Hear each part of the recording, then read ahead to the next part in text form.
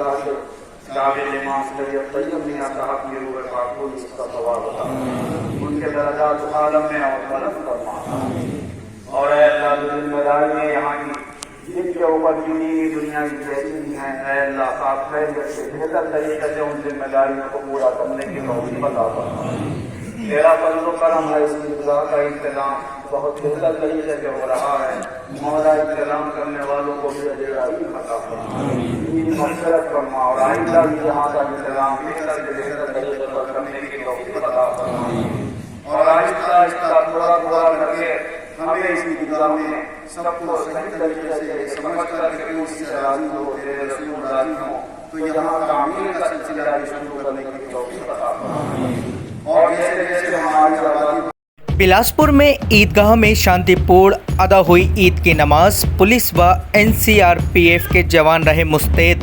بلاسپور میں شنیوار کو ماٹ کھیڑا روڈ استھت عیدگاہ میں شہر امام مولانا ناصر خان نے سویرے 8 بجے عید کی نماز ادا کرائی۔ اس دوران شہر امام نے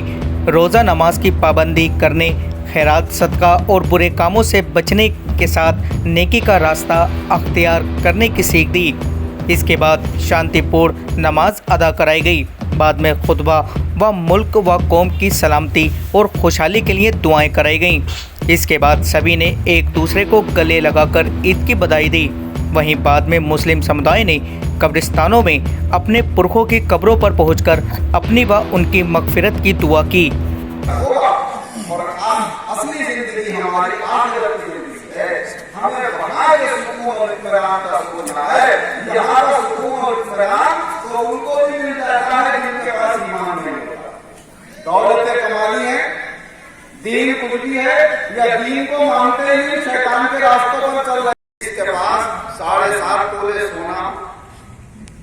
یا صرف 52 تولے چاندی ہو، اور اگر کسی کے پاس 7.5 تولے سونا تو نہیں ہے، 1-2 تولے سونا ہے، 52 تولے چاندی تو نہیں ہے، 2-4 تولے چاندی ہے، یا نہیں ہے چاندی یا سونا، اس کے پاس اتنے پیسے ہیں جس سے وہ 52 تولے چاندی خرید سکتا ہے، تو پھر اس کے اوپر زکوٰۃ فرض ہو جاتی ہے، اور زکوٰۃ 100 روپے میں سے 2.5 روپے۔ اگر کسی کو اللہ تبارک و تعالیٰ نے 1 لاکھ روپے عطا فرمائے ہیں اور سال بھر تک وہ اپنے 1 لاکھ روپے سے فائدہ اٹھا چکا ہے، تو اب وہ سال میں 1 مہینہ اپنی زکوٰۃ کی ادائیگی کے لیے مقرر کر لے اپنی طرف سے، کہ جب یہ مہینہ آیا کرے گا تو میں اس میں اپنے مال کی زکوٰۃ ادا کیا کروں گا۔ زیادہ تر مسلمانوں نے اپنے مالوں کی زکوٰۃ نکالنے کے لیے رمضان المبارک کا مہینہ مقرر کیا، اور اس کی وجہ یہ ہے کہ اللہ تبارک و تعالی رمضان میں ایک نفل پڑھنے سے فرضوں کا ثواب عطا فرماتا ہے، اور اگر کوئی فرض ادا کرتا ہے تو اللہ تعالیٰ 70 فرضوں کا ثواب عطا فرماتا ہے۔ لہذا اگر کوئی فرض زکوٰۃ اپنے مال کی ادا کرے گا تو وہ زکوٰۃ میں نکالے گا 1 روپیہ، اور اللہ کے یہاں 70 روپے لکھے جائیں۔ تو اس لحاظ سے رمضان المبارک کا مہینہ سب سے افضل اور بہتر ہے۔ جب سال گزر کے رمضان کا مہینہ آئے تو ہم یہ حساب لگائیں کہ ہمارے پاس سونا کتنا ہے، چاندی کتنی ہے، روپیہ پیسہ کتنا ہے، اور ہمارا وہ کاروبار کا سامان جس کو ہم نے خریدنے اور بیچنے کے لیے رکھا ہے، اپنا کاروبار بڑھانے کے لیے رکھا ہے، چاہے وہ زمین اور پلاٹ کی صورت میں ہو، چاہے وہ دکان پر ہمارے کپڑے اور جوتے کی شکل میں ہو، یا جو آدمی جو بھی کاروبار کیا کرتا ہے اس کا وہ خریدا ہوا ہے، تو وہ اپنے تمام خریدے ہوئے مال کی بھی حساب لگائے، اپنے روپے پیسہ جو اس کے پاس بینک بیلنس ہے یا گھر میں رکھا ہے اس کا بھی حساب لگائے، سونا چاندی کا بھی حساب لگائے، اور پھر یہ بھی حساب لگائے کہ اگر اس کے اوپر کوئی قرضہ ہے تو وہ قرضہ مائنس کر کے نکال دے اس میں سے، کہ بھائی میرے پاس 2 لاکھ روپے ہیں مگر میں 60,000 کا قرضدار ہوں، تو اب 2 لاکھ کی زکوٰۃ ادا نہیں کرنا ہے، 1,40,000 کی ادا کرنا ہے، کیونکہ 60,000 ہمارے نہیں ہے، وہ 60,000 دوسروں کے،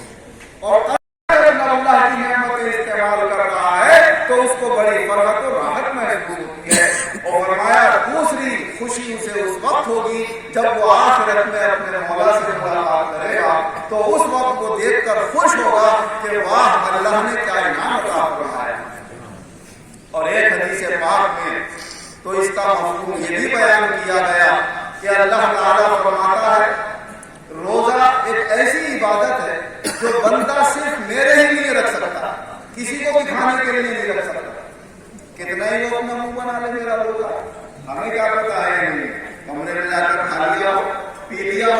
یہ تو صرف اللہ کو پتا،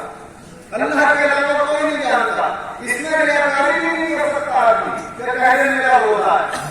کچھ نہیں بتایا جا سکتا. یہ اندر کا معاملہ ہے، اس کو صرف اللہ جانتا ہے، بندہ جانتا ہے. تو اللہ تعالیٰ فرماتا ہے روزہ میرے بندے نے میرے لیے رکھا ہے، اس کا بدلہ میں کیا دوں، میں خود اس کا بدلہ بن جاؤں. تو اللہ کہتا ہے میں اپنے بندے کا ہو جاؤں گا، یعنی اس سے راضی ہو جاؤں گا. میرا بندہ جو مجھ سے مانگے گا میں اسے عطا کروں گا. یہ اللہ تبارک و تعالیٰ کی نعمت ہے. یہ ہمارے رمضان المبارک کا تیسرا فریضہ ہمارے اوپر ہے، اور اس کا ایک ایک روزہ اتنی قیمت والا ہے کہ اس کا ہم اور آپ اندازہ نہیں لگا سکتے. حضور نبی اکرم صلی اللہ علیہ وسلم نے ارشاد فرمایا کہ اگر کسی شخص نے رمضان کا ایک روزہ بلا وجہ چھوڑ دیا اور اب وہ یہ چاہے کہ اس ایک روزے کا بدلہ ساری زندگی روزے رکھ کے پورا کروں، تو فرمایا پوری زندگی ایک روزے کا بدلہ نہیں کر سکتا. اللہ نے رمضان کے روزے کا ایک مرتبہ اور مقام رکھا ہے. بڑے خوش نصیب ہیں وہ اللہ کے بندے جنہیں روزے رکھنے کی توفیق حاصل ہو جاتی ہے، اور جو نہیں رکھتے انہیں بھی یہ احساس پیدا کرنا چاہیے کہ آج ہماری تھوڑی دیر کی تکلیف، ہماری بھوک پیاس کی ہماری یہ پریشانی جس کو ہم برداشت کرنے کو تیار نہیں ہیں، یاد کریں اس وقت کو جب میدان محشر ہوگا اور یہاں کی گرمی کچھ نہیں ہے جو وہاں کی گرمی ہوگی. سورج بہت نیچے آ جائے گا. حضور نبی اکرم صلی اللہ علیہ وسلم ارشاد فرماتے ہیں کہ وہاں پر دو طرح کی پریشانی ہوگی. ایک تو سخت گرمی ہوگی اور دوسرے عام انسانوں کے اوپر گھبراہٹ آ رہی ہوگی، اور اس گھبراہٹ سے اسے جو پسینے آ رہے ہوں گے تو کوئی تو یہاں تک پسینے آ رہا ہوگا. اللہ کا بڑا بڑا کرم احسان ہے ساتھ خیریت کے اللہ تعالیٰ نے عید کی نماز مکمل کرائی. پوری دنیا کے لیے امن و امان سلامتی کی دعائیں ہوئیں. اللہ ہماری دعاؤں کو قبول کرے اور سب کو انسانیت کے ناطے سے ایک دوسرے کے ساتھ اچھا ویوہار، اچھا طور طریقہ اختیار کرنے کی توفیق عطا فرمائے.